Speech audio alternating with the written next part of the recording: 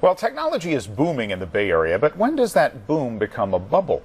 Entrepreneurs and investors try to answer that today at a summit held at the Computer History Museum. Here's ABC 7 News reporter Jonathan Bloom.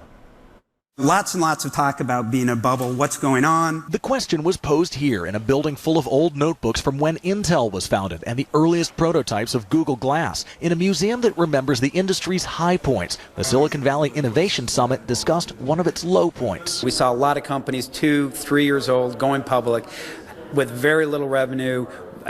Business models that were very much in flux, and a lot of those business models didn't end up working out, and they went to zero. Some remember Webvan, valued at over $1 billion.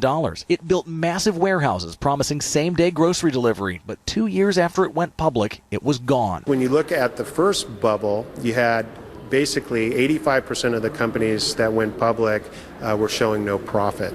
The companies today that go public are good companies. Investor and summit organizer Tony Perkins says Silicon Valley has learned how to make money, and at least for the public companies, numbers back that up. We're clearly not in a tech bubble, anything close to what was happening in 2000. But whether or not you call it a bubble, there's no arguing one of the biggest sectors in this tech boom is the on-demand economy, the ability to summon just about anything at the touch of a button. It's fundamentally altered how people do things day in and day out, and that's why they're growing so quickly. Unlike Webvan, today's on-demand services have customers with smartphones. There's Uber to get there, Airbnb to stay the night. What comes next?